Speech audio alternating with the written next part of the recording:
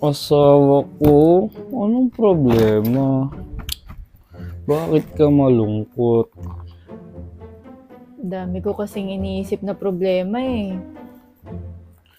Ganun ba? Hayaan mo yung mga problema. Huwag mo na lang pansinin yung mga problema.